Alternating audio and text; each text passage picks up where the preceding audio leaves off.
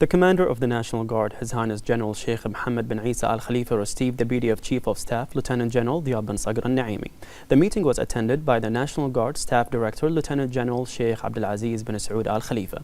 His Highness praised the advanced cooperation between the National Guard and the BDF, which has resulted in the implementation of several command and operational exercises, as well as the exchange of expertise between the two sides. He also highlighted the BDF's role in protecting the kingdom's borders and safeguarding its sovereignty. The meeting discussed topics of mutual interest and reviewed efforts to enhance military cooperation and coordination between the two sides to strengthen security and stability and protect national achievements. The Minister of Finance and National Economy, Sheikh Salman bin Khalifa Al Khalifa, met with the directors of shared financial services. He noted the importance of strengthening cooperation with various ministries and government entities and implementing plans and programs to improve government performance and financial performance. He affirmed that the successes at various levels are the result of Team Bahrain's dedication to excellence and creativity in various domains. He stressed the importance of continuing to work in the spirit of one team to achieve further accomplishments that support the goals of the comprehensive development process led by His Majesty King Hamad bin Isa Al Khalifa, with the follow-up of His Royal Highness the Crown Prince and Prime Minister Prince Salman bin Hamad Al Khalifa. The minister also stressed the importance of adhering to approved financial systems and policies and continuing to develop them in line with the best practices to achieve financial sustainability. He underlined the need to focus on adopting innovative ideas and initiatives that contribute to improving the quality of government services in order to fulfill the desired goals and aspirations.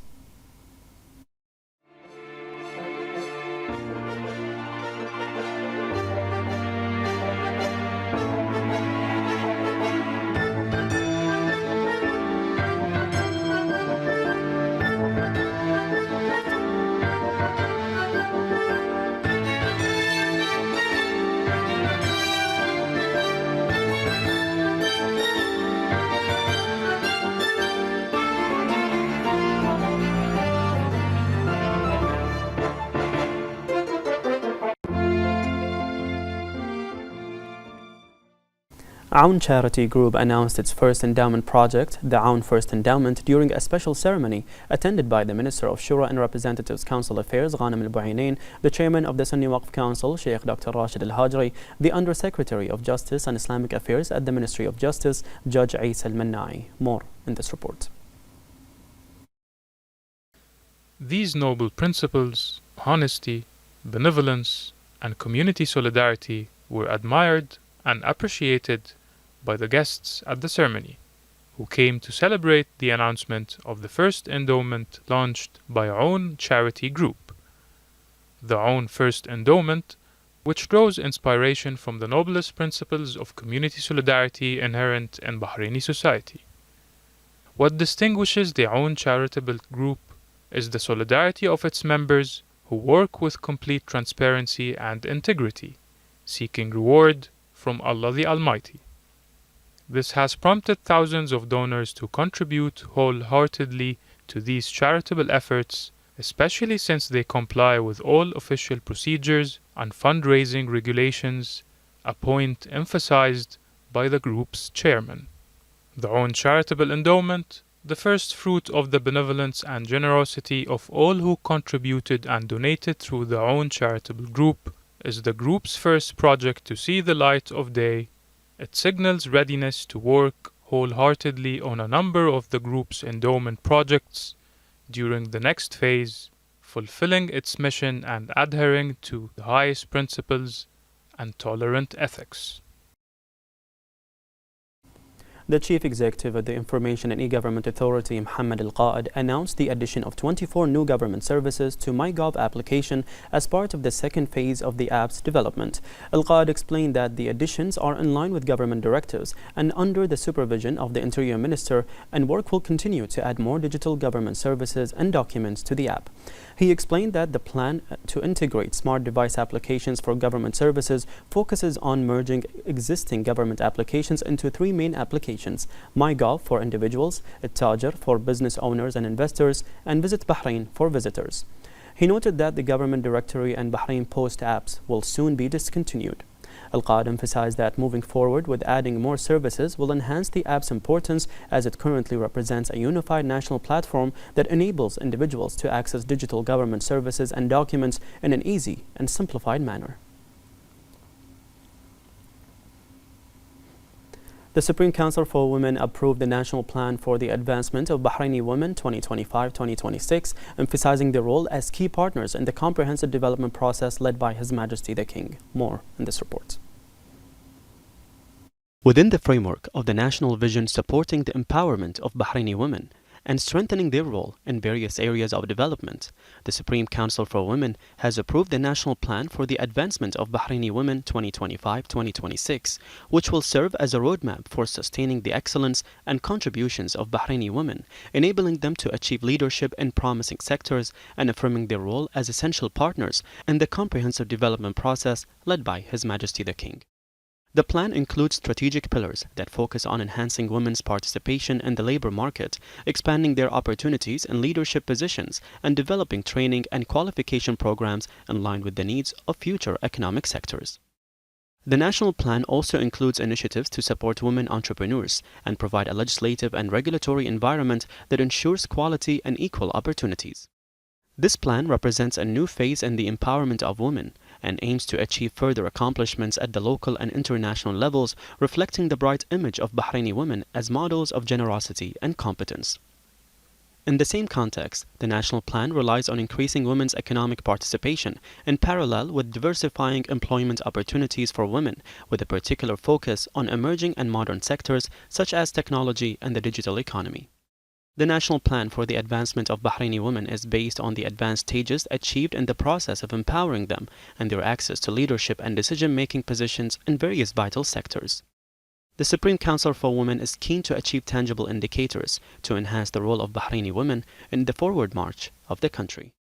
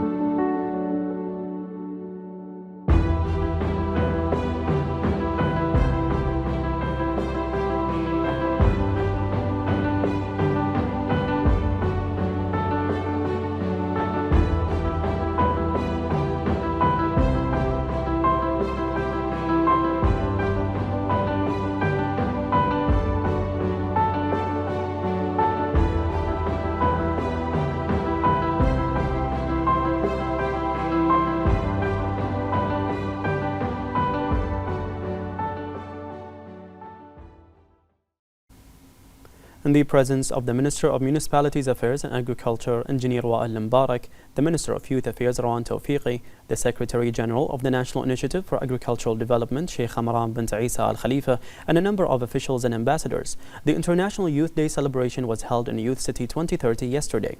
The Minister of Youth Affairs affirmed her pride in the qualitative contributions made by the youth of the Kingdom, which reflect their deep awareness, high aspirations, and renewed creativity. She noted that the celebration of International Youth Day essentially reflects an appreciation for the spirit of determination and innovation that characterizes Bahraini youth and a firm belief in their pivotal role in building a prosperous future for the country. It's such an honor and such a pleasure to be here at Youth City.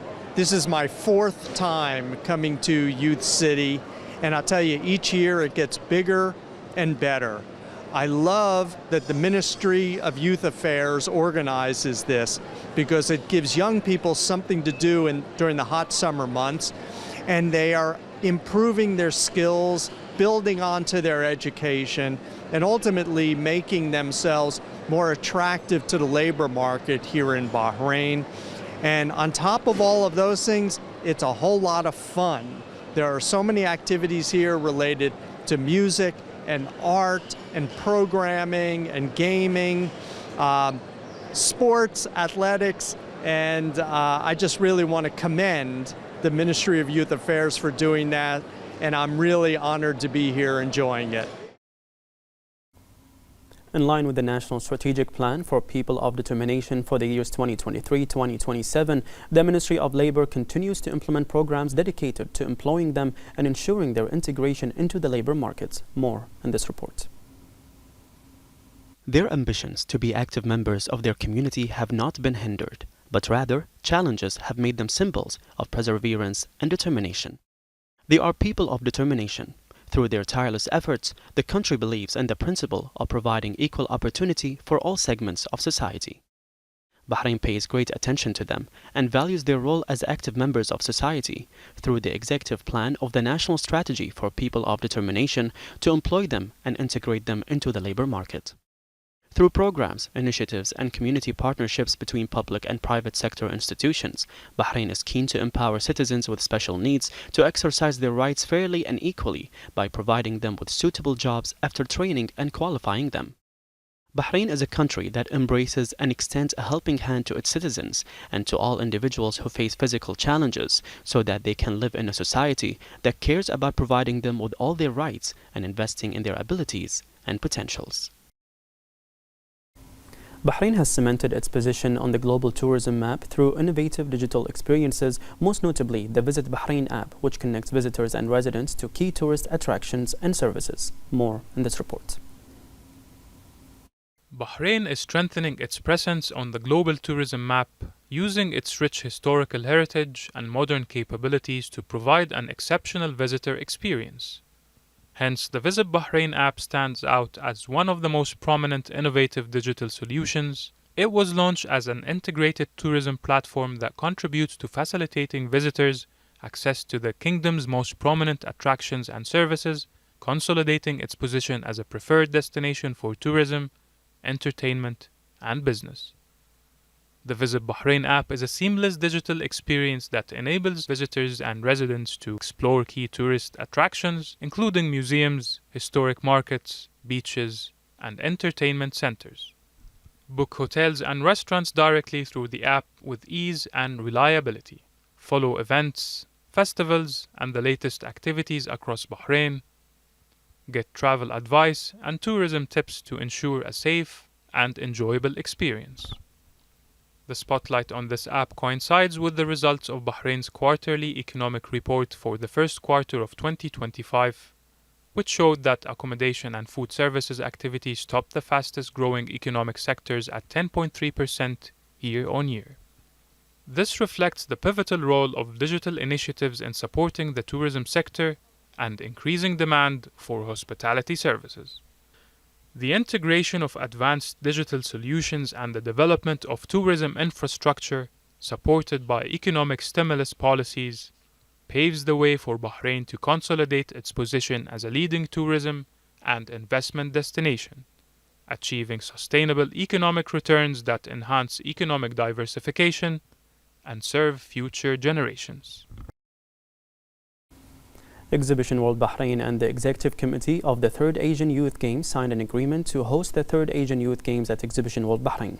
This edition will be held for the first time in the kingdom from October 22nd to the 31st under the patronage of His Majesty the King.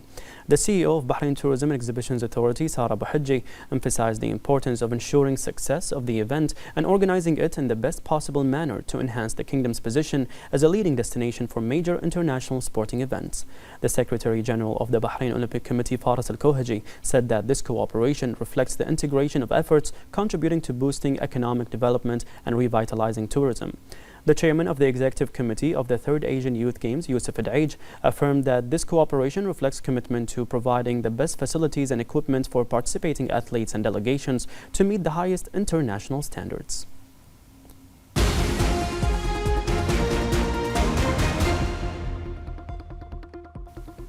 And in Arab and international news, Saudi Crown Prince and Prime Minister His Royal Highness Prince Mohammed bin Salman bin Abdulaziz Al Saud discussed with Italian Prime Minister Giorgia Meloni the developments in Gaza and their security and humanitarian implications. The two sides discussed the need for international community to make every effort to stop the escalation and the catastrophic effects of the aggression and protect civilians in the Strip. Kuwaiti Foreign Minister Abdullah Al-Yahya received a phone call from Jordanian Deputy Prime Minister and Minister of Foreign Affairs and Expatriates Ayman Al-Safadi. The two ministers reviewed the close bilateral relations and discussed ways to strengthen and develop them in various fields, in addition to discussing developments of mutual interest. Jordan's King Abdullah II affirmed his country's support for Syria in its efforts to maintain its security, stability, sovereignty, and territorial integrity. During two separate meetings with Syrian Minister of Foreign Affairs and Expatriates Assad al-Shaybani and U.S. Special Envoy for Syria and U.S. Ambassador to Turkey Thomas Barak, the Jordanian monarch said that his country is ready to offer its expertise in all areas to help develop institutions in Syria and boost their capabilities. Syria, Jordan, and the U.S. agreed to form a tripartite working group to support the Damascus government in its effort to stabilize the ceasefire in the southern province of Sweda. Jordan and the U.S. welcomed the steps taken by the Damascus government, including conducting full investigations and holding all perpetrators of crimes and violations in Sweda accountable, in addition to its willingness to cooperate with the relevant UN bodies and involve them in the investigation process. Lebanese President General Joseph Aoun affirmed that his country is working to build trust between the Lebanese people and the state and with foreign countries. He added that this measure is aimed at putting the state on the right track and that work is underway on economic reforms, including fighting corruption and consolidating the independence of the judiciary. The president called for not wasting the opportunities currently available and taking advantage of the Arab and international confidence in Lebanon. U.S. Secretary of State Marco Rubio held a telephone conversation with his Russian counterpart Sergei Lavrov in preparation for the upcoming Alaska summit between Presidents Donald Trump and Vladimir Putin. State Department spokeswoman Tammy Bruce said that both sides had affirmed their commitment to ensuring the success of the event, confirming that the meeting would take place next Friday in Alaska at the request of the Russian president. A severe heat wave swept across Europe, causing widespread fires in Spain, France, and the Balkans, forcing thousands of residents to evacuate amid fatalities. In Spain, dozens of fires were reported, killing 2 people and seriously injuring another. In Portugal, 700 firefighters were involved in containing a major fire, while Greece requested EU assistance to combat more than 100 fires. In Italy, the highest level of heat warning was imposed in 11 cities, while France declared a red alert in several regions. Experts pointed out that the current heat wave is caused by a stable heat dome over Europe, with warnings that climate change is increasing the frequency of intensity of heat waves. In the Balkans, 14 active fires were recorded in Albania, while fires continued in Croatia and Montenegro.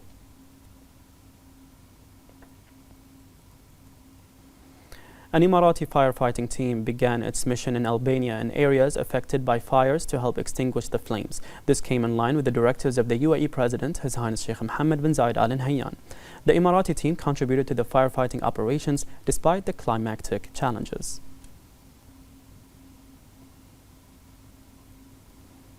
2 Moroccan firefighting planes arrived in central and northern Portugal to help combat the raging fires. This step came after 2 Portuguese firefighting planes broke down and assistance from neighboring Spain was unavailable due to Spanish firefighters battling their own fires. The fire destroyed nearly 8,000 hectares of agricultural land since it broke out last Saturday.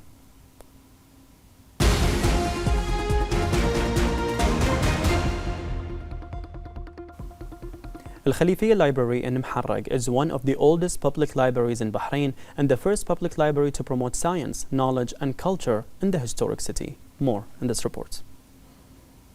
In the heart of Mharrag stands Al-Khalifiyya Library, the first public library and a cultural landmark that celebrates knowledge. Al-Khalifiyya Library dates back to 1954, and it was reopened in its new form in 2017 by the Bahrain Authority for Culture and Antiquities. Al-Khalifiyya Library contains a reading room and a research center, a computer lab, and a number of offices. It also offers cultural programs, specialized workshops, and a spacious area for reading and browsing for book fans and students interested in knowledge. The library is a living symbol of the Kingdom of Bahrain's deep connection to science and culture, a shining example that embodies the history of Muharraq, preserves national memory, and promotes Bahraini identity from the heart of a city that pulsates with history and life.